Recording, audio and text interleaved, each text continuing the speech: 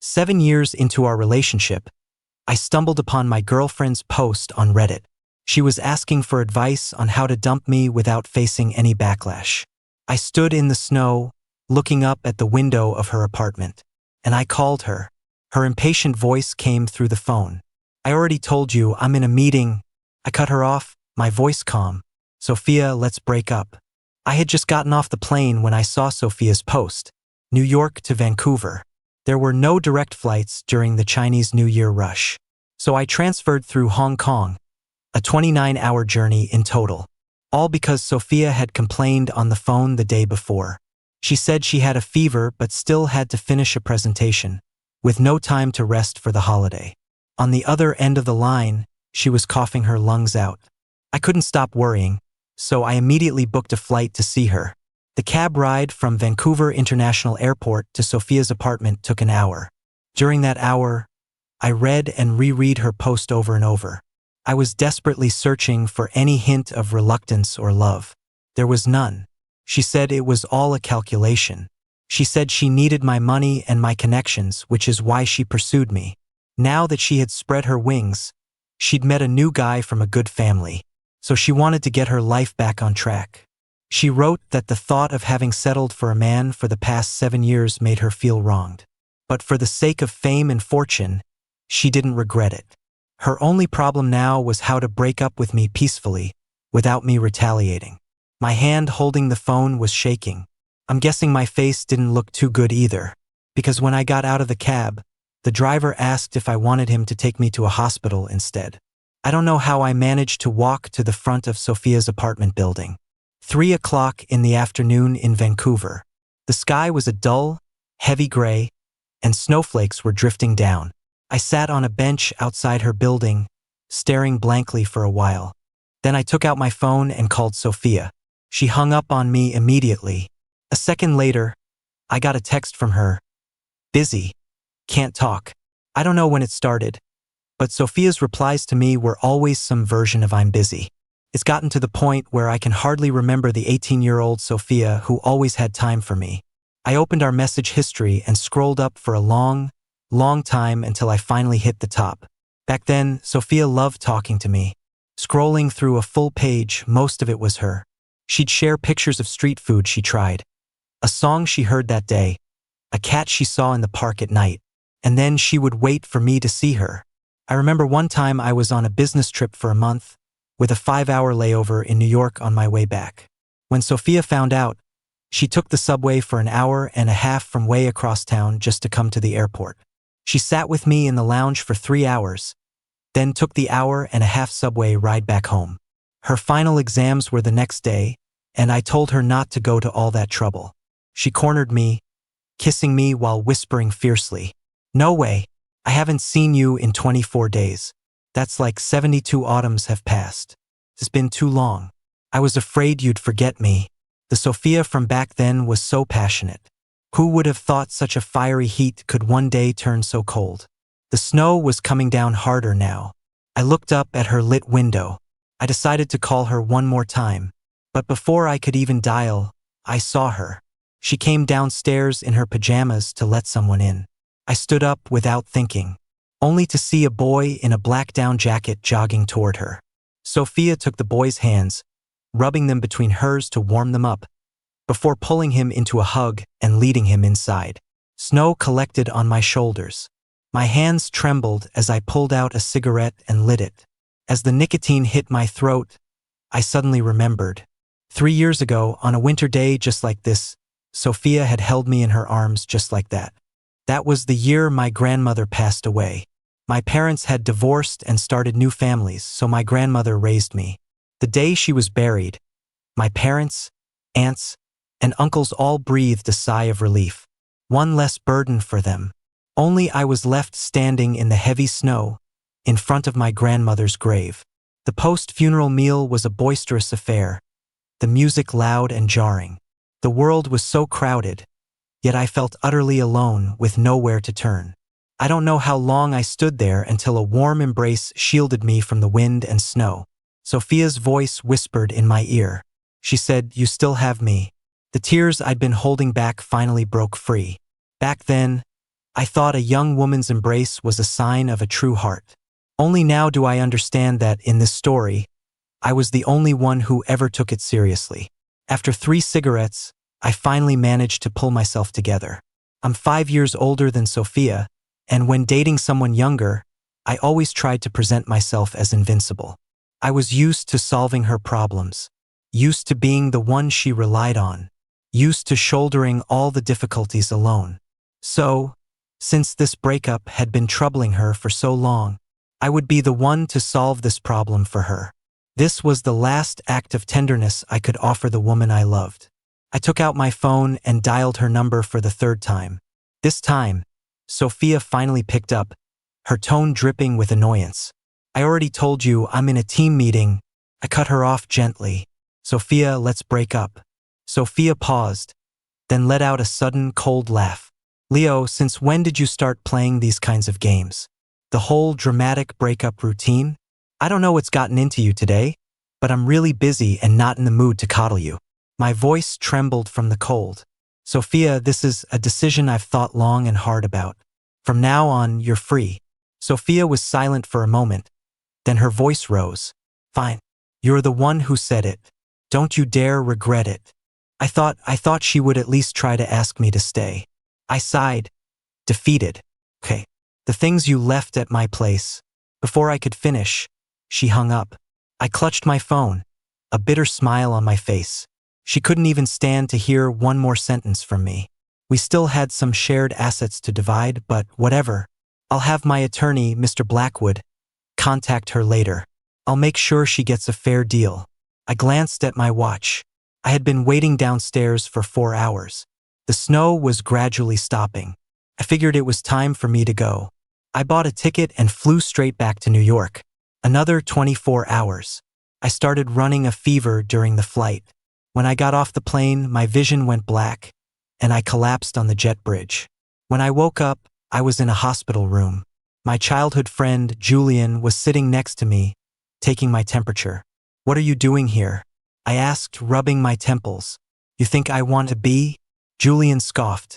The airport staff went down your recent calls list, and I was the only one who answered. I was silent for a moment, then managed a thanks. Julian held up my boarding pass, his tone dripping with sarcasm. TSK, flying for over 50 hours round trip to Vancouver during the holiday rush. Leo, you really must be in love with Sophia. Though it looks like your little girlfriend doesn't feel the same way about you. Julian's words were always sharp, but today I was just too exhausted, physically and emotionally, to argue with him. I cut him off. We broke up. Well, it's true that the one who's loved is always reckless. Wait, what did you say? You broke up? Julian's eyes went wide with disbelief. I sighed and nodded. She dumped you? Julian raised an eyebrow. I nodded, then shook my head. Julian pressed, what's that supposed to mean? Who broke up with whom? I initiated it. The moment I said it, I could have sworn I saw Julian trying to hide a smile. Even though he never liked Sophia as my best friend, that look of schadenfreude was a little too obvious. I gave him a weak punch. I just got dumped. The least you could do is offer some comfort. How do you want me to comfort you? A shoulder to cry on? Julian pulled me into an exaggerated hug. I couldn't help but punch him again. No thanks. Go get me something to eat. Why buy food? Now that you're awake, we're going home. I'm in a good mood today, so I'll cook for you myself. Julian drove me home. He settled me on the couch, threw a blanket at me, and then navigated his way into the kitchen like he owned the place. This was the apartment I bought after making my first big score in the futures market with the money my dad gave me when I was 18. Because it was close to campus, Julian was always crashing here. Eventually, I just gave him his own room. Julian's family owned a lot of restaurants in the city, but his real passion was cooking himself. So I was always happy to have him stay over. But after I got together with Sophia, Julian never came by anymore. Now, watching his busy back in my kitchen, I felt a strange sense of déjà vu, as if from another lifetime. Julian came out a few minutes later with a bowl of noodles topped with a fried egg. Couldn't find much in the way of ingredients. This will have to do for tonight. Tomorrow, I'll have some groceries delivered and make you some congee. I looked at Julian, who seemed to be settling in for the long haul, and raised a skeptical eyebrow. He replied as if it were the most obvious thing in the world. It's too late to go home now. My old man will just start nagging me. It's better if I crash here for the night. Plus, I can look after you. I nodded. Fine. Your room's always been here for you anyway. Julian's eyes lit up.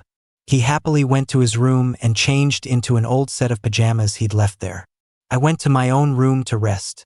The sheets still carried the faint scent of Terra de Hermes. It was Sophia's favorite cologne. She used to spray it on the bedding, in the closet, on the curtains. I remember teasing her about using cologne as an air freshener. She'd replied, I want to fill your space with this scent, so you'll think of me every time you smell it. Later, as she grew colder toward me, she forgot to spray it anymore. But by then, I had grown to like the scent, so I started spraying it myself. The scent was just like Sophia. It had appeared in my life with domineering force, aggressively occupying my heart, only to slowly fade away. I was scrolling through my phone before bed when a notification popped up. Could all my brothers and sisters passing by please pause to congratulate me? I got together with my crush today. The accompanying picture was a mirror selfie of Sophia and the boy. Sophia was looking down, appearing somewhat aloof and cool. The boy was flashing a peace sign, his smile radiant. The comments below were all praising what a perfect couple they were. Whoa, bro, you managed to land such a stunner. You're a legend. You two should seriously just debut as models right now. The cool goddess and the sunshine boy. I'm kinda shipping this. I always knew Sophia was beautiful. The kind of beautiful that stood out in a crowd even in cheap, poorly made clothes. The years had smoothed away her unpolished edges, and the comfortable life I provided her had added a touch of elegance. Now, she really did have the air of a cool, aloof goddess. I kept scrolling. The boy replied to a comment. She's not just beautiful, she's a total brainiac. The high-frequency trading model she wrote on a whim had a 50% profit in simulations this year. Even the professor who consults for our company said, she's a genius. The boy's proud and sweet tone left a sour taste in my mouth. It was easy to fall for Sophia. Few could resist someone so stunningly beautiful and fiercely intelligent. Her humble background only added to her charm. It made her seem like the perfect tragic, beautiful, and strong heroine from a movie. When a person like that pursues you with such passion and determination, it's hard to stay rational and not fall for them. Although I had helped her a lot over the years, the fact that she became a key team member at her company at such a young age and was sent to run the show at the Canadian branch was a testament to her own hard work and diligence. On her 20th birthday, I gave her a necklace. Her eyes lit up as she told me then, Leo, just wait for me a little longer. It won't be long. I'll make lots and lots of money and buy you more expensive, better gifts. I never doubted her words. I just didn't expect her to achieve it in only 5 years. It was just a shame that the rose I had so carefully cultivated was now blooming for someone else. The first thing I did after my fever broke was contact my attorney, Mr. Blackwood. We had some joint equity investments that needed to be split. Additionally, my waterfront condo, she had paid for the renovations and furniture. We had originally planned to move in there together. Now, it seems she wouldn't be moving in at all. I planned to give her double the cash value of the renovations. After all, she had put in so much effort. Julian said he wasn't busy lately and plopped down next to me to help review the agreement. After a while, he pursed his lips. You're giving her way too much. Are you still not over her? I shook my head. Giving her more upfront means we won't have to haggle back and forth over the amount later. It reduces any unnecessary meetings. Hearing that, Julian, for some reason, lit up again. He nodded vigorously. You're right. We don't do messy. Then, as if presenting a treasure, he handed me the milk tart in his hand. A copycat of that super trendy one. Fresh out of the oven. My mind was on the legal agreement, so I just took a bite right from his hand. I didn't even notice that he ate the other half. It was late by the time I finished confirming the details with Mr. Blackwood. I went to the bathroom to take a shower before bed, but I heard someone talking in the living room. I walked out, drying my hair. Jules, who are you talking to so late at? I stopped mid-sentence when I saw Sophia, dressed in a wool coat, standing by the door looking like she'd just been through a storm. Sophia's face was dark. As if to add fuel to the fire, Julian leaned casually against the kitchen island with a glass of water, raising an eyebrow at me. "Leo, your ex-girlfriend seems to have something to discuss with you?" He put heavy emphasis on the words ex-girlfriend. She strode toward me, but Julian instantly stepped in front of me. Sophia hissed through her teeth, "Move." Julian spoke nonchalantly, "Ma'am, one more step and I'm calling the cops for trespassing."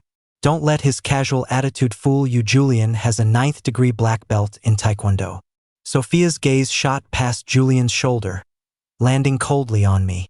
"So, is this the reason you broke up with me?" I was confused. Why was Sophia acting like she was here to confront me? I thought she couldn't wait to never see me again. Why would she fly all the way back? Did something happen over there? Thinking this, I asked her, "Why are you back?" The moment the words left my mouth, I knew it sounded wrong. It sounded like Julian and I had something going on and she just caught us. Sure enough, Sophia let out a cold laugh. "If I hadn't come back, how would I have stumbled upon you too and your little secret? No wonder you were in such a hurry to break up. You'd already found someone new." I sighed and patted Julian's shoulder. "Jules, step aside for a minute. I need to talk to her." Julian glanced at Sophia, then walked over and draped the blanket from the couch over my shoulders. "Put this on. You're not over your cold yet." With that, he put on his headphones and went back to his room. I poured a cup of hot water for Sophia. "Sit." Sophia sat on the sofa opposite me. We sat in silence for a long time, neither of us speaking first. Finally, I couldn't stand it anymore. "Sophia, you came back so suddenly. Did something happen in Canada?" Sophia shot back, "What, were you hoping something bad happened to me?" I sighed and stood up. "If you're going to talk to me with this attitude, then we can do this another day." "No other day." Sophia grabbed my wrist, her hand so hot it felt like it was burning my skin. "We're talking now. Let's talk about when you and Julian got together. Have you slept together? In the bedroom? Or on this couch?" Slap. I backhanded her across the face. No matter how much self-control I had, I couldn't tolerate her malicious accusations, one after another. Besides, she was the one who cheated. What right did she have to turn this around on me? Sophia's head snapped to the side. She licked the corner of her mouth, her anger turning into a twisted smile. "Leo, you still have the strength to hit me. Guess Julian isn't doing his job right." Her words grew more and more vulgar. My hands were shaking with rage. "Enough. Sophia, there is nothing going on between me and Julian. In this relationship, I can honestly say I have never wronged you. What about you? Can you say you haven't done anything to hurt me?" Sophia froze for a second, then quickly retorted, "Haven't I been good enough to you? I started dating you when I was 20. I provided you with emotional support. I was there whenever you needed me. I did everything you said. My studies, my career, I followed the path you laid out for me. You throw a tantrum, and I fly back from Canada for you. What more do you want from me?" Sophia was incredibly smart. She reframed her calculated pursuit of me as providing emotional support. She twisted the careful planning I did to build her up, for her education and career, into her being obedient to me. She called her own cold shoulder my tantrum. She twisted everything, downplaying her own actions and reversing the truth. If I hadn't seen her Reddit post, if I had really just been throwing a tantrum, maybe I would have been convinced by her words. Maybe I would have even felt sorry for her for flying all this way just to placate me.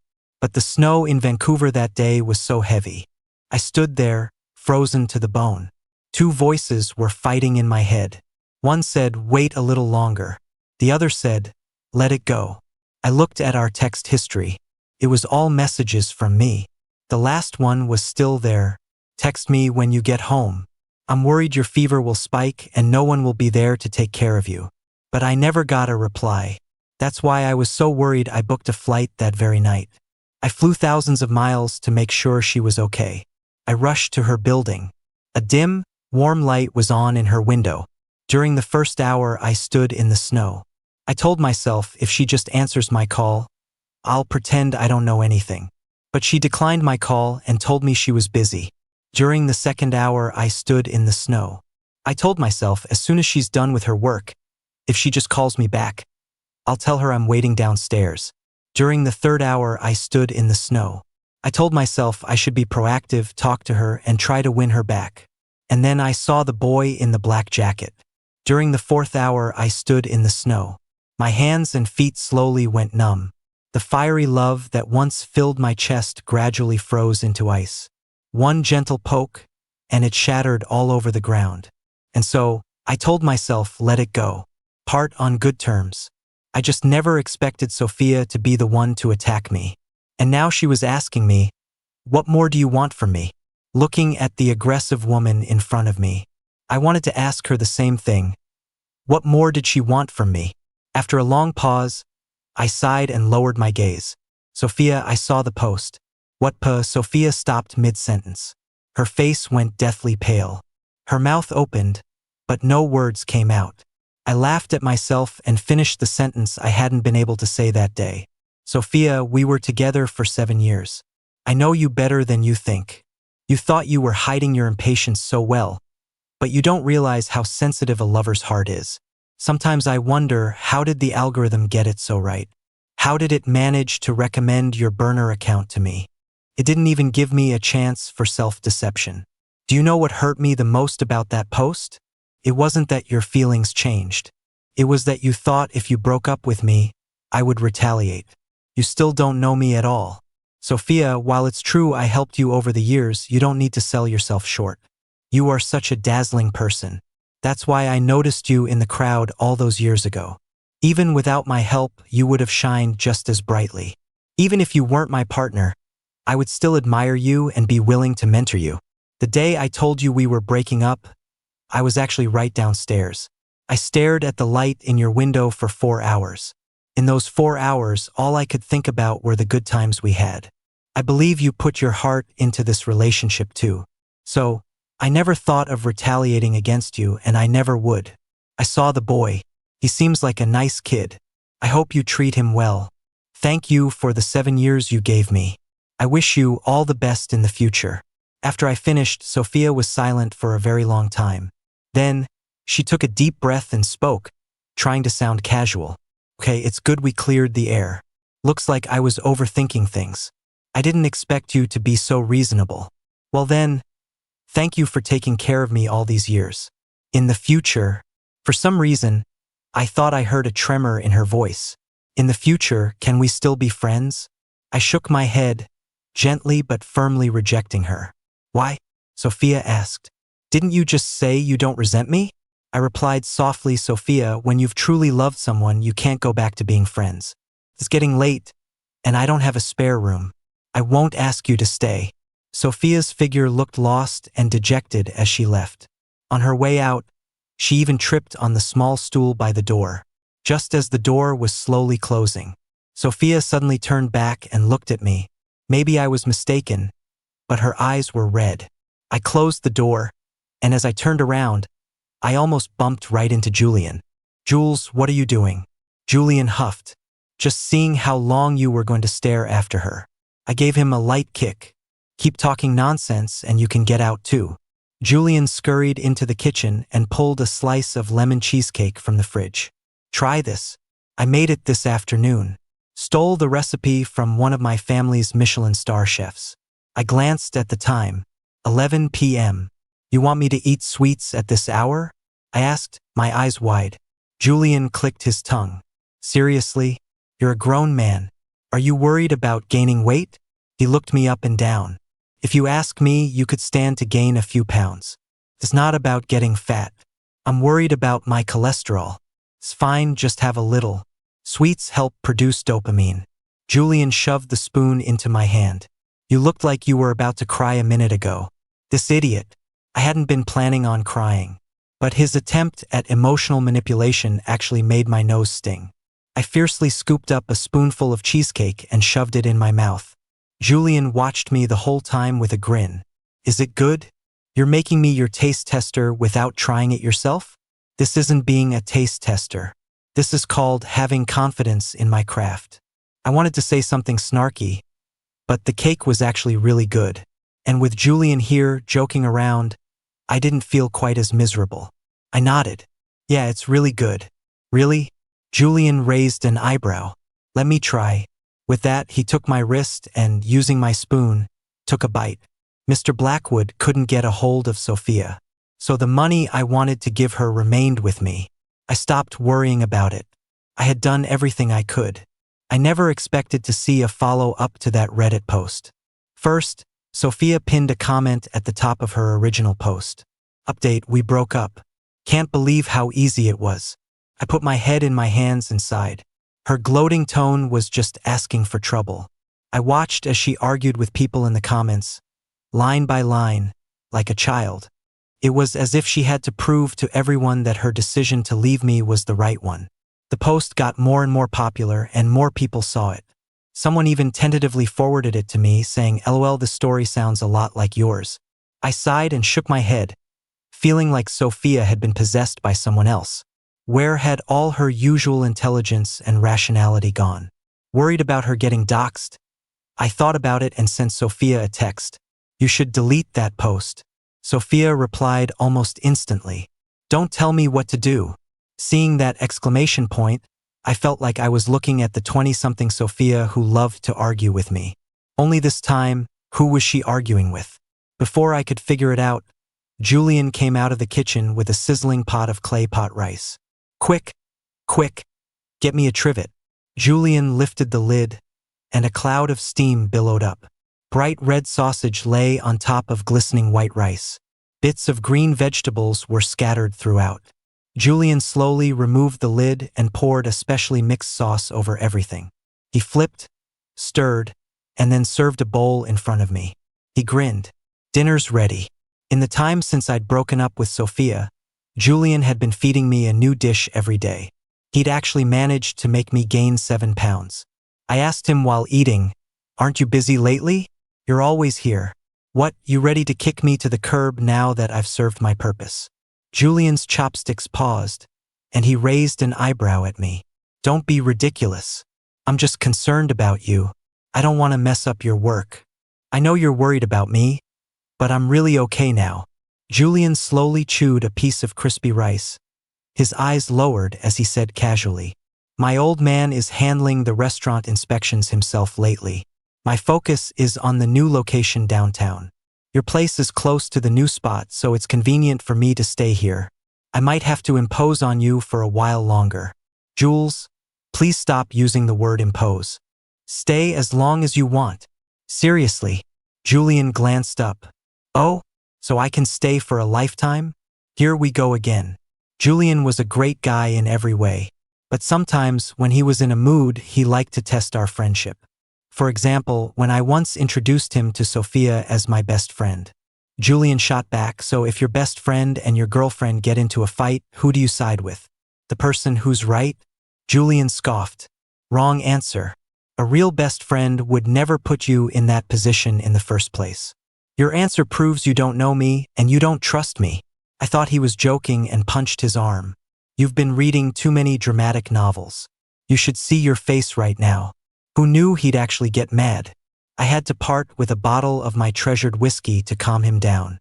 So this time I answered quickly, "No problem. As long as your future husband agrees, I'd be thrilled. With cooking skills like yours, I'd even be willing to pay you to be my roommate for life." Julian was clearly pleased. "Deal. Don't forget what you said today." A couple of days later, the company's European branch landed a huge project, and I was sent over to help out for 2 months. It all happened so fast that I didn't even have time to tell Julian in person. I just sent him a text saying I was going to Paris for work. On my 3rd day in Europe, I got a call from him. "I'm at Charles de Gaulle Airport right now. What's your address? I'll grab a cab. Wait there. I'll come get you." After getting Julian into the car, I asked him, "What are you doing in Paris?"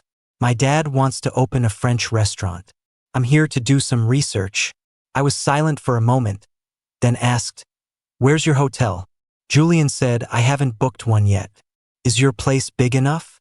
Maybe I could just crash with you." I pulled the car over to the side of the road. Julian leaned forward and looked around. Isn't this a museum? You live here? I snorted. Stop pretending. Julian swallowed hard. What do you mean? I had a ridiculous suspicion, but it seemed so unlikely. But my gut told me I wasn't wrong. I decided to just ask him directly. Are you in love with me? Otherwise, I couldn't explain why he'd been crashing at my place for a month, watching over me every day, cooking for me, and now he'd followed me to Paris. Even for a best friend, this was way over the top. Julian froze for a second, then nodded as if a huge weight had been lifted off his shoulders. I was actually stressing about how to tell you. Since you figured it out, I won't hide it anymore. You're right. I'm pursuing you. In a foreign country, I threw myself completely into my work. When you're truly busy, all that drama about love and relationships starts to feel less important. The next time I heard about Sophia was when a friend forwarded me a PDF. Leo, it looks like someone reported Sophia to your company. I opened the PDF and saw it was written by the boy in the black down jacket. He started by accusing Sophia of being a scammer who used him for money and sex, and who played with his emotions. I thought the main point would be about how Sophia deceived him, what kind of damages he suffered, what he wanted as compensation. But the long sections of screenshots that followed were all of my chat records with Sophia, along with all sorts of our photos together. The more I read, the more I felt something was off. On the surface, the boy seemed to be attacking Sophia, but in reality, he was constantly writing about my past with her. He even ended with the line, "Anyway, I only dated her for 3 days. She didn't scam me out of any money or sex. I even got a Louis Vuitton bag out of it. But I hope she can figure out her own feelings and stop hurting people." I checked the online chatter, and the public opinion was almost unanimously sympathetic to me.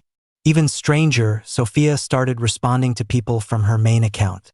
She detailed all the good things she had done for me, admitting her motives were impure but insisting she never wronged me and that people had no right to judge her. One top-rated reply said, "We feel sorry for his 7 years, but your every word is still trying to prove you love him." I felt this whole situation was getting weirder and weirder, so I found the boy's account on Instagram and sent him a private message. The boy added me as a friend almost immediately. The first thing he said to me was, "I didn't write that PDF." From the boy, I heard a different version of the story. He said Sophia was his crush. He pursued her for a month, and she finally agreed to try dating him. But on the 3rd day of their relationship, Sophia confessed that she was still in love with her ex-boyfriend. The boy said he was shocked at the time, but luckily his feelings for Sophia weren't that deep. It was more like admiration. He actually found her kind of boring to date. She was always either reading research papers or coding. Plus, when they broke up, Sophia gave him a luxury bag, so he let it go. He thought they had parted on good terms. Who knew that half a month later, Sophia would suddenly ask him to spread a PDF under his name. The boy said, "I kind of get what she was trying to do. She's using this extreme method to show the world the love between you two. And she's trying to win you back with it. That's why the PDF reads so strangely. It's almost like a memoir of your love story. And the parts about you are almost all positive. By letting netizens attack her, she feels like she's atoning for her sins, while also trying to win your sympathy. Of course, I don't really get the love-hate drama you people have. But I think she probably underestimated her feelings for you. If you can, I think you should talk to her. The PDF situation was really bothering me. I didn't like my personal life being laid bare online for everyone to comment on." Just as I was about to contact Sophia to talk, I got a call from her. She said, "I'm in Paris. I want to see you." It had only been a little over a month since I'd last seen Sophia. But when we met again at a corner cafe, I almost didn't recognize her. She had lost a lot of weight with dark circles under her eyes. The trench coat she was wrapped in seemed to swallow her whole. I ordered her a hot chocolate with an extra pump of syrup. Sophia sat silently across from me, so still she could have been a stone monument. I asked her, "Did you ask me here just to sit in silence?" Sophia's eyes were downcast, her fingers tapping nervously against her cup. It was a small habit she had when she was nervous. Since she wasn't talking, I had to start. "Have you looked over the agreement from the lawyer?" If there are no issues, please sign it soon. Sophia probably didn't expect me to ask about that first. She said, I don't need the money. You don't have to give it to me. I nodded. That's fine too. I'll have him draw up a new agreement where you gift the value of the renovations to me. But the equity still needs to be divided clearly. Sophia asked softly, do we have to be so clear-cut about everything? I countered, isn't this what you wanted? A clean break, no strings attached. Sophia suddenly covered her eyes. Leo, if I said I regret it, could you forgive me? Is that why you spread that PDF? To try and dissect your feelings for me in front of the whole world? Sophia's face went pale. You know everything? I smiled knowingly. I was your partner for 7 years, after all.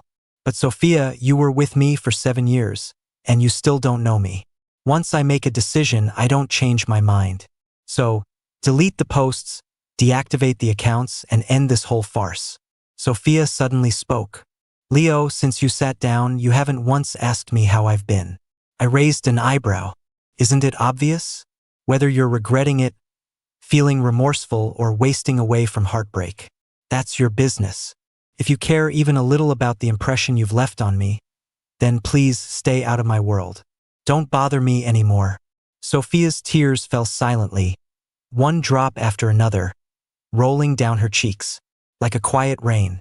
Her eyes were red and pleading as she looked at me, her voice choked with sobs. Can't you just give me one more chance? I asked her calmly. Can you turn back time to the moment before I saw that post? Sophia finally buried her face in her hands and, in the bustling corner cafe, began to sob uncontrollably. I caught another fever on the flight back to New York from Paris. At least this time I was conscious. I dragged my sick body into a cab and ordered some fever medicine for delivery on the way home. 2 hours later, I opened my door. A warm, dim light spilled out. On the table was a steaming pot of congee and a few small side dishes. Julian skillfully took my luggage. I saw the medicine delivery, so I figured you wouldn't have much of an appetite. I quickly made you some plain congee. Julian pulled me over to a chair and pushed the perfectly warm bowl in front of me. He pointed to the small dishes of pickles. Try these. I just made them. I lowered my head and silently took a spoonful of congee, then a bite of pickles. Suddenly, my eyes stung. How could you? You're wondering why my pickles taste just like Grandma's, aren't you? She's the one who taught me. The grandma Julian was talking about was actually my grandma. When Julian was a kid, his parents were busy making money and left him with his grandparents in our old neighborhood. His grandfather's house was right next to my grandma's. His grandpa was a terrible cook, so Julian was always at my place for meals. Eventually, Julian's dad just gave my grandma money to cook for him too. So for a long time, Julian and I ate all our meals together. Our favorite thing was Grandma's homemade pickles. Later, Grandma got sick. Julian and I went to see her. By then, her dementia was bad, and she didn't recognize people very well. She asked me, have you seen Leo and Julian? I made a new batch of pickled greens and turnips. Leo's always been so skinny. He won't eat properly without his pickles. If you see him, tell him to come home early. Julian too. He forgets to come home when he's out playing. Then she muttered to herself, if this old woman passes, there'll be no one to make pickles. What will Leo do if he doesn't eat properly? I was on the verge of tears. Julian comforted me while taking Grandma's hand. That's easy, Grandma. Just tell me your secret recipe. From now on, I'll watch over Leo and make sure he eats well. I thought he was just saying it to comfort her, but I never knew he actually went and learned. Julian boasted proudly, not only did I learn, I brought her pickling jar back with me. I've been keeping the brine alive with water ever since. Maybe being sick just makes you sentimental. Or maybe I just missed my grandma. In any case, my eyes suddenly reddened. Julian started pacing anxiously. Hey, what are you crying for? Are you not feeling well? Is the food bad? Wait, do you miss Grandma? Okay, after you take your medicine and get some sleep, if your fever's gone tomorrow, I'll take you to visit her grave. Don't cry, it's all my fault. I was so focused on showing off that I forgot how close you were to her. How about you stop eating this? I'll make you something else. Watching Julian panic, I suddenly found it a little funny. What is love? Love is just 3 meals a day, 4 seasons a year. My family ties have always been weak. In my 32 years, people have come and gone. In the end, only Julian remained. Julian had already stood up to go to the kitchen to make something else. I grabbed his arm. Jules, maybe we should give it a try. Julian didn't get it at first. Try what? Then his eyes lit up. Are you saying? Looking at his face, I nodded. I'm saying you're such a good cook. I'd like to try dating you. Julian's face turned red. My mom was right. The way to a man's heart really is through his stomach. He rubbed his hands together, pacing around the room. If you weren't sick right now, I'd cook you a massive feast. I let out a small laugh. A feast won't be necessary. You haven't eaten yet. Have you? Sit down and have some with me. Julian sat down with a grin, his eyes never leaving my face. Even as familiar as we were, his stare was making me a little unnerved. I tapped the table. You're not hungry? Julian shook his head. You're a feast for the eyes. I rolled my eyes at him. I'm sick. Don't even think about taking advantage of me. Julian quickly waved his hands. What are you thinking? I'm not that kind of animal. After dinner and medicine, I got into bed. Julian tucked me in but lingered, not leaving. I had to open my eyes. What is it now? Julian looked a little embarrassed. I just want to look at you. I laughed. You haven't gotten tired of looking at me after more than 20 years? Julian shook his head. A lifetime wouldn't be enough. Then, he suddenly leaned in and gently kissed my forehead. I suddenly remembered an afternoon many years ago. The classroom fan whirred overhead, the cicadas outside chirping louder and louder. Julian was asleep at his desk. Sunlight fell on his face. I pretended to casually turn my head. And secretly, I had placed a kiss in his hair. The dream I'd lost back when I was just a boy had finally come true. What was lost was found again. Everything had come full circle.